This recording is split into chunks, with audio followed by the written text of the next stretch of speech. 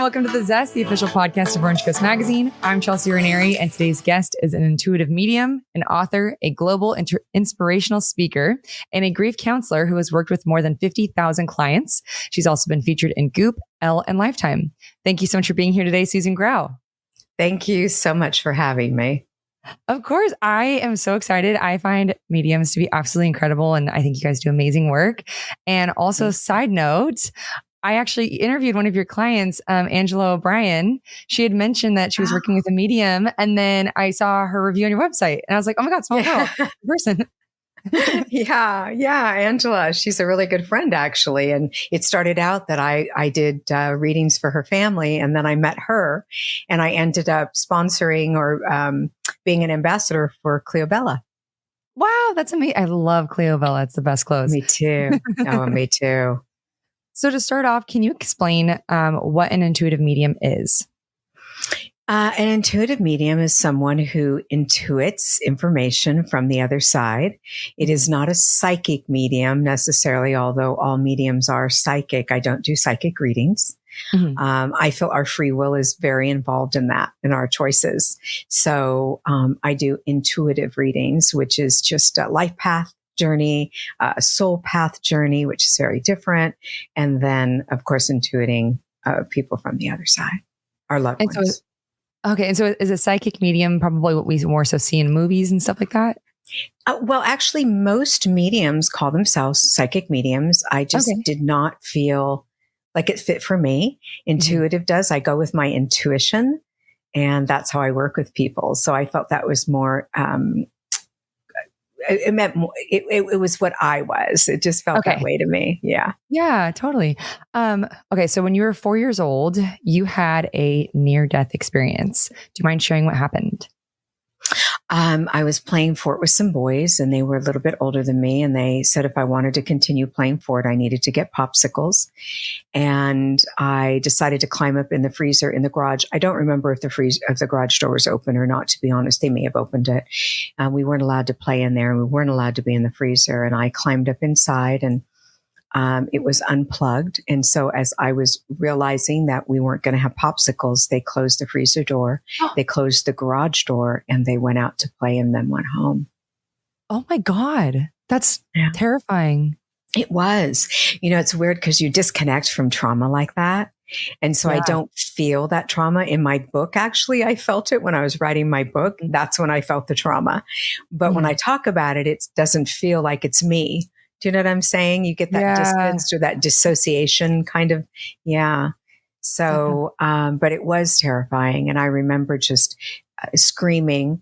My mom said she heard something that sounded like a cat, that really high pitched sound a cat makes up when it's in heat. Okay. And she said that's what she thought because we had a lot of land, and that's the sound of terror, and I know that today, that very high pitched, panicked, wailing, for someone to help me. And so that was that sound. And she said she didn't think it was me. She didn't think anything about me. She was in the back of the house, and she thought it was, the cats. And that was that. And I went off on my journey. Wow. Do you remember what you experienced? Every detail. Oh my God, really? Yeah, every detail. I remember just screaming at the top of my lungs. I got told to stop screaming. There were these 3 beautiful lights in front of me, and I didn't stop screaming. I kept screaming. I didn't listen. And I remember that one of them again saying, stop screaming. And I did. And I don't remember looking back and seeing my body, but the next thing I knew, I was at the bottom of a stairwell. And I was looking up these stairs, and I knew there was this hole in the middle of this room I was looking at, which was a Greco-Roman type room. Of course, I didn't understand any of this at the time. Yeah. But I knew that I needed to get to that circle somehow. And it was interesting because the room had an open ceiling that had a circle. So it was almost like it all joined together, these circles, and I called it the well. Oh. And later on, I studied under Dr. Raymond Moody, and I got my doctorate of divinity so I could work with children who have near-death experiences. Wow, that's amazing. Yeah. And I asked him, why didn't I see the tunnel? Or why didn't I see the tunnel? Everybody sees the tunnel. And he said, have you ever thought that the well might have been the tunnel? Oh, That's what I did. What? I was like, what? That's crazy. So, anyway, so I guess that was my tunnel. But inside this well, I saw movement, and it was people's prayers. Like, I was hearing things like, my mother, has cancer and she's going to die. Please, God, don't let her die. And then I heard silly stuff like, I'm turning 16 and I want this kind of car, and please make my dad get it. Please, God, make him get the car, kind of thing. And yeah, it was really interesting. And I turned and looked at these beautiful lights, which I call my angels. And I said, do you answer all these? Mm-hmm. And they said, no, Susie, sometimes what people desire the most isn't good for them. Mm. And then I proceeded to see a bunch of rooms, and I don't know how much you want me to go through. It's pretty long. This is this is incredible. Okay. Whatever you feel comfortable sharing. Well, I saw this road, and it was golden pavers. And then I saw pyramids at the end, actually at the beginning of the roads. But at the end of the roads, I was watching people walk over to these pyramids and pull from the bottom, and they were golden pavers. Yeah. I called this road the Yellow Brick Road because I had seen The Wizard of Oz, and it made sense to my little soul, right? And they were pulling from the bottom of these pyramids, and I could see the pyramid rocking, and somehow I innately knew it was their life path journey. And they were unbalancing it by coming to the bottom of it. And they were starting to pave their road or their path. And I watched them drop to their knees and say, for the love of God, please help me. And nothing's going the way I want it to. And why isn't this working out? And I can't pay my bills, and I'm going to lose my home. And I was seeing all of this trauma. And I watched these angelic beings come in and remove these pavers and go back to the bottom of the pyramid and put them back, and then go to the top of the pyramid and pull from the top, and the pavers would recreate. So I knew that somehow we could recreate our life journey, our path, by making different decisions, I guess. Yeah. I didn't understand that then, but I do now. And then they started paving the path, and I said, what are you doing? And and those beings were gone. And they started paving the path. And when I asked them, what are you doing? They said, we are the pavers. You are not. All you have to do is walk it. And I said, how do you know if you're walking it right? And they said, because we bless and block everything. And make no mistake, you can get through a block battered and bruised at best, or you can shift. And if you shift and you see another block, shift again. And if you see another block, shift again. And before you know it, you'll see us paving your path. You think with your mind that you know what is best for you. We know what is best for you. Wow, I love that. That's beautiful. And they said, I always remembered this: what you run from chases you, and what you try to control controls you. Oh man. So let us do the path for you and just walk it. And it won't be easy, but it will be us paving it. So, then I had a bunch of stuff go on with that. And then I went into another room. I call them rooms because I don't know how else to describe it in human terms. Mm-hmm. And I saw what you would call today virtual books, or like plates, or I can't explain it. There are no words, but think of a square or rectangle page, but it was like cement almost, and it was flying towards people. And I saw people in groups. And they were saying things like, I'm going to do this, and I'm going to do that. And I'm going to go back, and I'm going to try this and this and this. And I could hear these guides and angels saying to them, oh, no, that's too much. You don't want to do that much, sweetheart. You don't want to, that's too much for one life journey.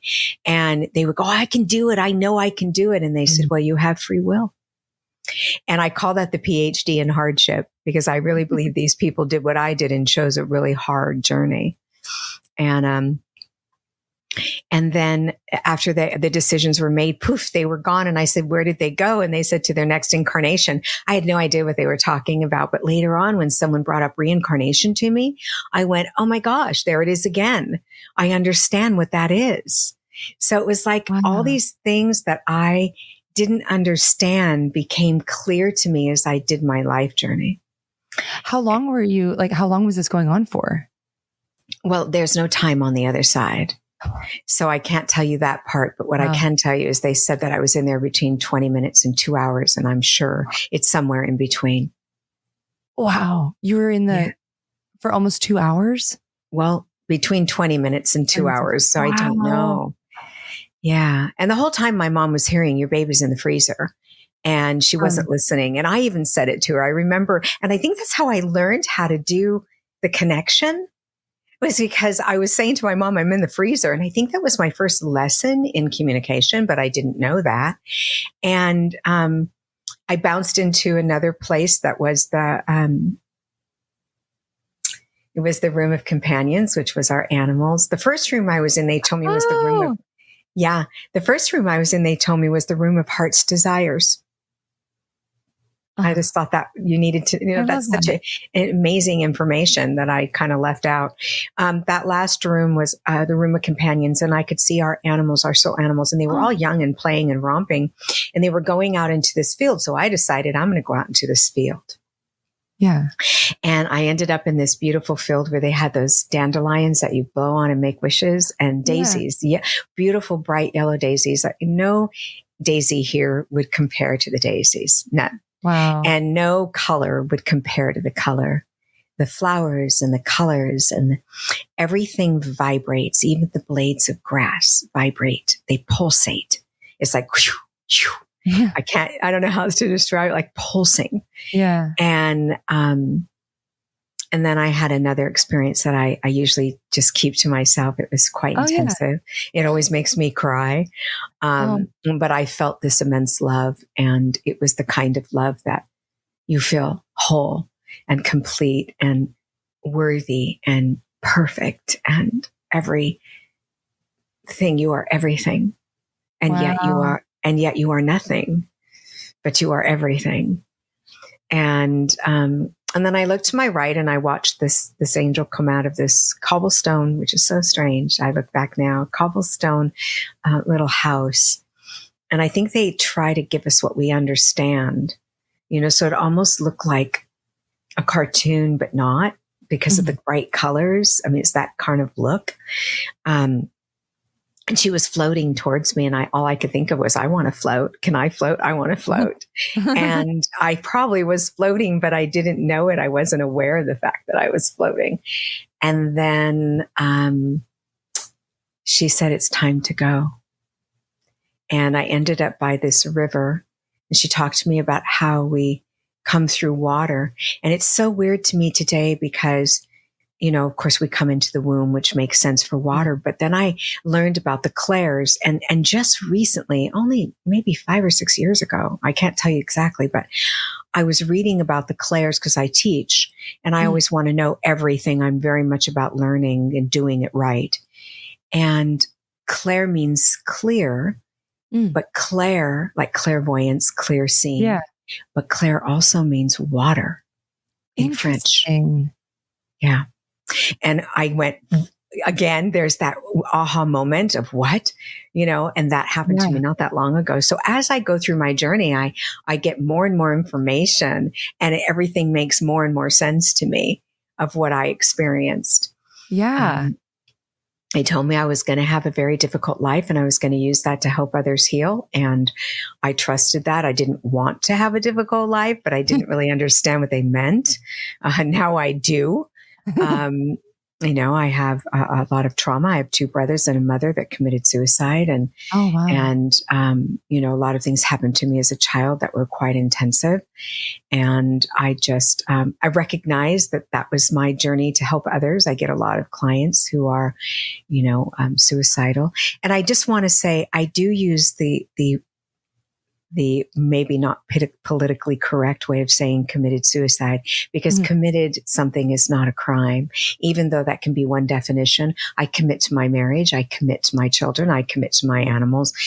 I really believe in honoring how the person that has experienced it labels it, not what's politically correct, like unalived themselves. I don't relate to that. And so for me, I'm very comfortable with anyone that approaches me saying, I understand that your family had suicides and they committed suicide, or however they need to say it. So I just want to say that I do honor other people and I follow their lead, but that's how I say it. That's how I say it. A commitment to something just simply means that they're going to follow through. Yeah, that's very interesting. Yeah. So what was it like? What was it like the first time that you had a spirit? Do you say visited you, came to you? Oh, well, when I came back from that experience, my mother ended up finding me and she said I was ashen and gray so anyway, and when I got well, when I had rested and I came back from that experience, I woke up and I looked around and there were spirits everywhere. Oh, what? And, oh yeah, scared me to death. I thought they were the boogeymen, and not just one boogeyman. I thought they were the boogeymen. And what does it look like? What do they look like? They look like humans to me in some weird way, kind of like you would picture the boogeyman. Like a 3D dimensional, but yet hologramish. I don't know if hologramish is a word, like but hologram-like. Like what? Kind of like a shadow, like when you're sleeping. Think of a hologram, how it's like, and you can look through it. Yeah, kind of like that. And I could hear them, but it was like mumbling. I didn't understand what they were saying at the time. And they were everywhere. They were looking in my window. I could see what I thought were eyes. But, today I understand it differently. Again, as we understand it is how they show themselves. Oh. So how we recognize things. And I was 4.5. So if they didn't show me some kind of humanistic form, I wouldn't have known what it was. I wouldn't have understood it was, a spirit. Because even though I saw spirits there, they felt very real to me, like a human would feel almost, but it was like a hologram. So see-through, but real. How did you first start communicating with them? Like a ghost. I don't know how that might explain it. Like a ghost kind of. Yeah. Like I think a Casper the Ghost, but without the sheet, Okay, yeah. Like you saw, if you watch the movie Ghost. Oh yeah. Very similar to that feeling, like they're real, they're them. Yeah. Yeah. It's That's kind incredible. of a trip, but I didn't know who they were because I didn't have anyone die. Do you have an experience that you can share that was really meaningful where you were able to connect someone with someone who had passed? Oh, I have so many. I think my most recent one was the one that probably had one of the most profound effects on me than any reading I've done. And it was a mother who lost her little girl. She had fallen out a window. And she came to me and I shared, she had a darling little name. And so I shared, what I was getting, which was her name and some other information. And I was giving her a lot, and she knew her daughter was there, but we have to be convinced, right? Mm-hmm. And I understand that. So I'm always asking the spirit world, give me absolute verifiable information, undeniable information. And they do. And I'm grateful for that. So I'm an evidential medium, which is where I need evidence. Mm-hmm. And she was getting ready to leave because our time was over. And I heard this song in my head. And I started singing this song that was not very familiar to me. I'm sure it's maybe familiar to others. I don't know. And she turned and spun and looked at me with this look of, like, how I believe, I try, it's possible, I guess, impossibly possible. And she said, all I asked my daughter was to sing me that song, and I know she'd be here. Yeah. Oh my gosh. So then I went back and looked at the times that music is very big in my world. And so I went back and looked at the times that had happened. And one time I had been sitting there and I was singing a song from let's just say Edelweiss from The Sound of Music, because that makes it simplified. And I was singing this song from a musical, and they said, oh my God, that's the song we used at her celebration of life. And that she used to sing that to us all the time. And she was in that musical. And, it's like you go, what? And, and I'm doing that. So when they're going, oh my God, how did you know that? I'm thinking, oh my God, how did I know that? Yeah. Yeah. So So we're both in shock. yeah. So when is it like when you're with someone, are you seeing spirits just all day, every day, or do they kind of come to you and you're asking them to, or how does it work? Or is it kind of hard to explain?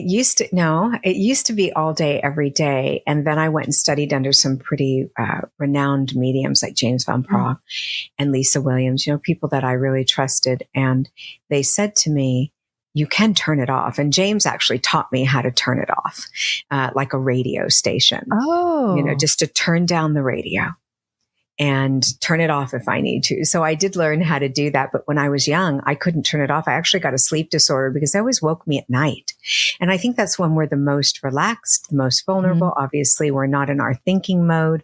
We're in our feeling mode and we're sleeping, or we're going to that place of drifting off. And so they would wake me though and say, I just died and I'm so-and-so's brother's best friend and you don't know me, but you're going to hear about me that I died. And they think I did it and I didn't. It was an accident. And I would go, okay. And I didn't know what to do with that. And then I'd hear so-and-so's brother's best friend died the next day. And so I would, yeah.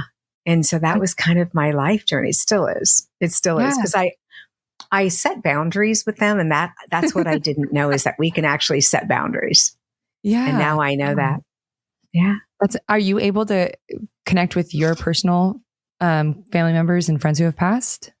That's harder. Oh, I have to be honest with you. I think grief is a very dark, deep, heavy energy, like anger and hate. They're very, dark, except for, of course, grief. Grief is different than anger and hate.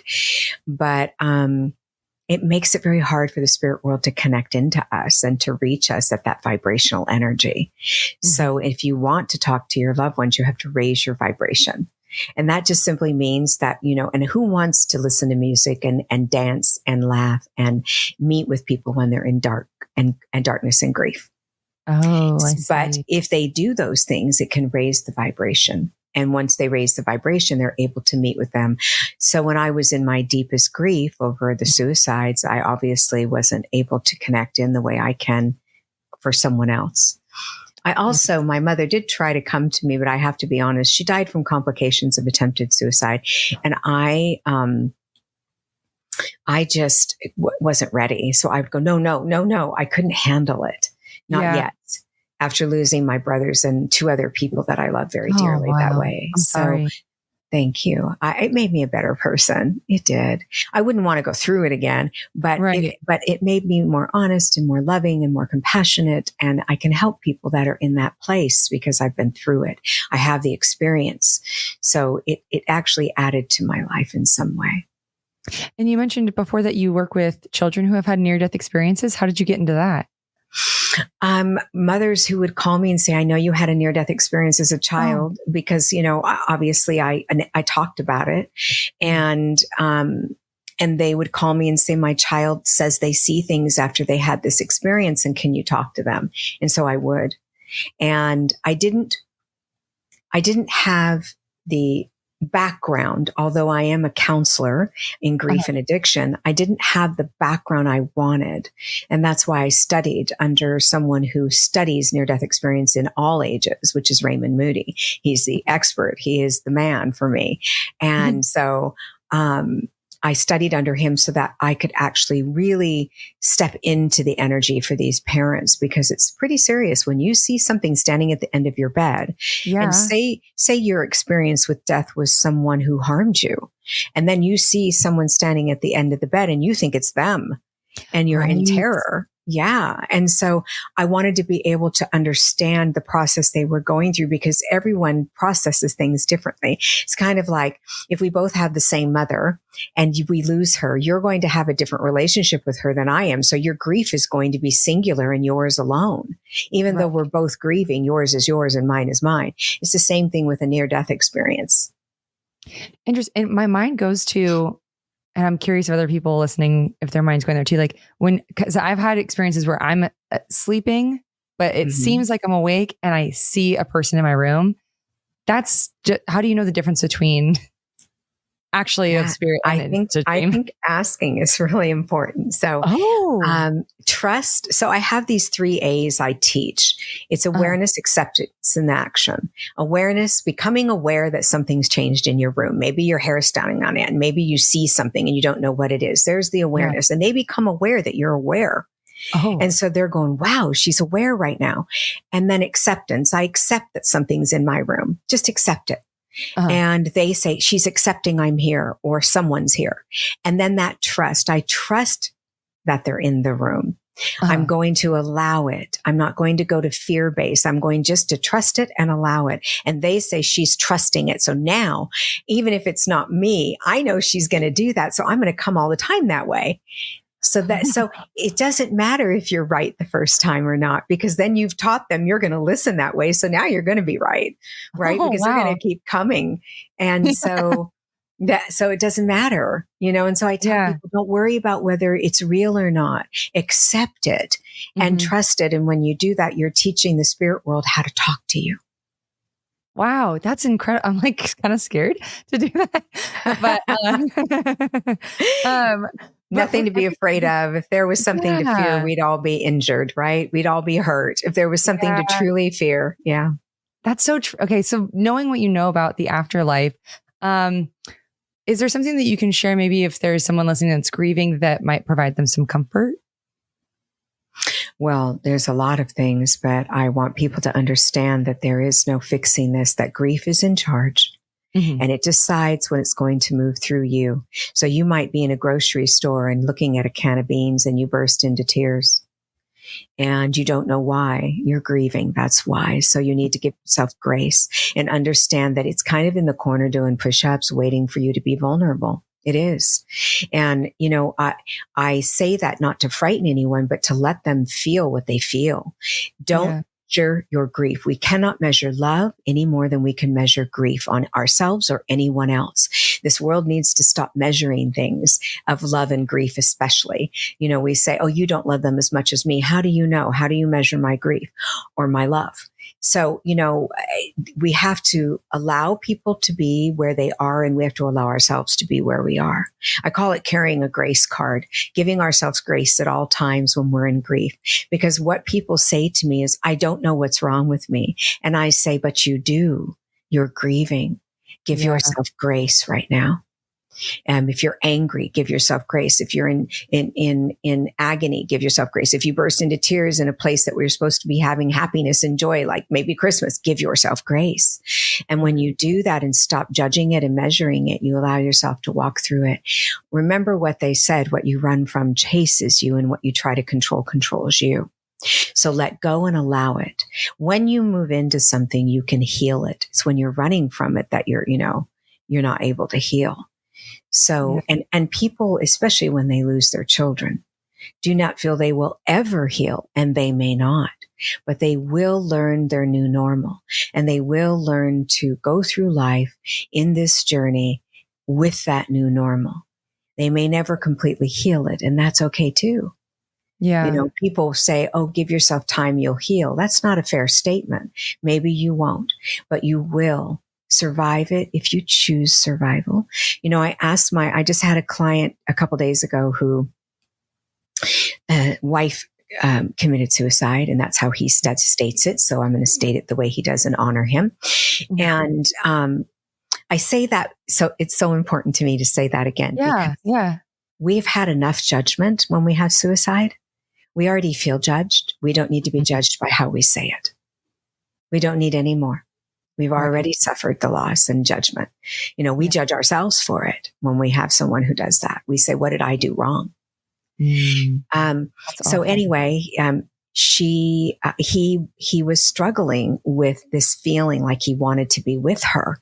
And he's been coming to me for a couple of years. And so I said to him, let's decide right now. And he kind of looked at me weird. And I said, do you want to live? Do you want to have children? Do you want to know what it's like to smell the roses? Do you want to taste food? Do you want to hug your family? Do you want to live? And he sat there for a minute and he got tears in his eyes and he said, Mm, I want to live. And I wow. said, then then behave accordingly. Stop telling yourself that you want to die when you truly want to live. If the answer is, I want to die, give it some time. Because you'll find that when you really look at the fact that you might have a son who committed suicide, but you have a daughter standing in front of you that wants to be held by you. You know, you got to think about those things, but we don't, because we're so deep in our grief. Wow, that's really impactful. Well, you recently published a book called Infinite Life, Infinite Lessons. You want to see it? Yes, I would love to. I glue it to my face when I'm on podcasts. I was like, isn't it gorgeous? It's so beautiful. So what is this book about, and what inspired you to write it? Oh, wow. Everything we just talked about. It tells the story of my near-death experience, what I saw on the other side, how to heal, how to connect with the spirit world, how to know fear from intuition, how to, which is huge. How do they feel different? How do you step into your intuition? How do you trust it? How do you feel the pure love of spirit? How do you learn to love yourself? What is your soul path? What's your life path? I could go on and on and on. And my journey of walking among what we call the dead, that I called the alive, my journey in that, and what happened to me during my losses, and what it's like to grieve, and the different types of grief. So it's very expansive. It is amazing, this book. People tell me when they pick it up, they read the whole thing all at once. They don't want to put it down. I have people call me and text me and write me that say, I stayed up till 4:00 in the morning reading this. I could not stop. So I know it's impactful. It's just, what possessed me to write it was the spirit world. I'm not a writer. Hay House says to me now, you are now. Yeah. But I wasn't. I was I help people heal. And I kept hearing, you need to write a book, but not yet. You need to write a book, but not yet. And then one day I heard it's time. And I thought, I was in the middle of doing a documentary with people like Evan Alexander. I mean, I thought I had to stop everything to do this book. And they said, it's time to write your book. And I called my publicist and I said, I can't do the documentaries. She said, you have to, you're committed. And so I did them, but I was writing the book at the same time. And I realized that I can do both. And so, the spirit world wasn't telling me to stop healing others. They were telling me to keep doing my work, but also add the book to it. And I wrote it rather quickly, quite honestly, not knowing it was quick for writing a book. I mean, a year is very quick for writing a book with all these chapters. And, I got a publicist within, my gosh, it was like a month. And within 4, 5, 6 weeks, Hay House bought my book. It was unreal and unheard of for a first time writer. Wow. And congratulations. Thank you. And you're going to love this book. You need to get it if you haven't gotten it. I know I'm going to. I'm a voracious. I'm on 20 books so far for the year. So I need to get this book. I'm very excited to read it. Life, Infinite Lessons, Wisdom from the Spirit World on Living, Dying, and the In-Between. So it kind of gives you what it's all about right there in that. Yeah. And for listeners who want to come to you and do an intuitive reading, or you offer many different services, how can they reach you, and where are you based? SusanGrau.com is where they'll find all my services. Susan Grau Official on all social media. We announce classes and all those wonderful things. Or sometimes I do lives for free for people who cannot afford it. And also I do a lot of helping finding missing people. And I do that for free, but I can only do 3 a year. So I get all these calls and I can't handle more than 3 a year. It's very time consuming and difficult. It's painful. So I have to protect my energy.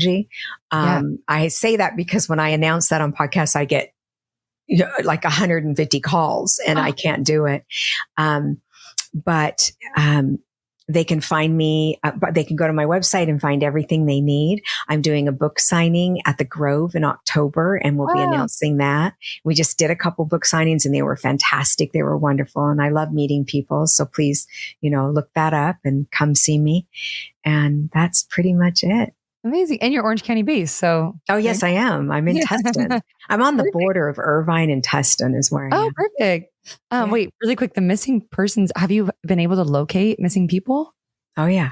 Wow. I am fascinated by that. I'm very much a true crime junkie. So. Oh, you would love a podcast on that then, because I've got some stories.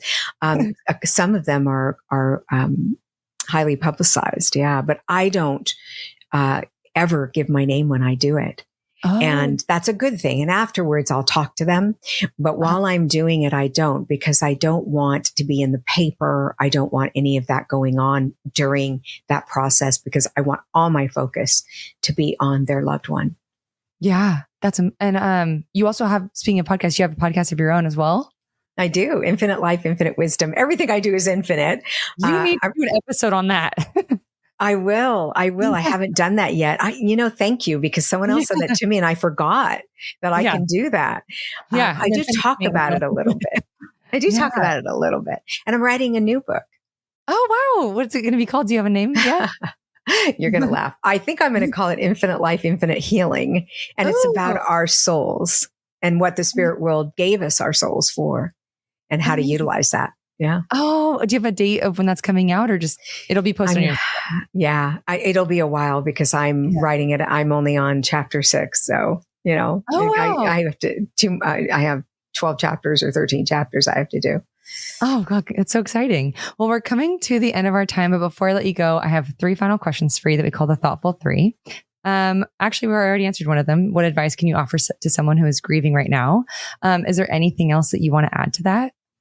That you are love and you are loved. I love that. And then with what you've learned about the afterlife, what are some habits that you feel we should adopt now? Talking to them. Please talk to your guides. They really do exist. Talk to angels. We all have angels around us. They really do exist. And talk to your loved one. If we don't talk to them, they don't know, because they can't read our minds, or they're not interested in reading our humanness. Okay. And our human stuff. They don't see anything. They don't read our minds. They don't want to, they don't have interest. So you have to talk to them and let them know what you need from them. And how do you do that? Just say it out. It's just a conversation like we're having right now. Okay. You'll hear things in your head. And remember what I said about the awareness, acceptance, and action. You want to trust what comes into your head and say, thank you for that. Even if it's not them. Now they go, oh, she's going to listen when I talk in her head. I'm going to do that next time. Yeah. So right or wrong, you'll get the information from them. Yeah. That's interesting that you said that. When my mom lost her mother, she would do that. And she said it helped her a lot. And now I'm going to tell her, like, it might have just actually been my grandma talking back to her. That's right. And then lastly, what would you tell your younger self knowing what you know now? That you're enough. You're enough. I didn't think I was. I don't think any of us realize how much enough we are. They created us. How can we not be? Oh, you're going to get me crying after this. Thank you so much. This has been such an amazing conversation. I really appreciate your time. Thank you for doing this. Thank you for having me. I love your voice, by the way. I just have to say that. It is so warming and gentle, and it just dropped me right into my space that I needed to be in. So thank you. And thank you for having me. Thank you so much. Of course.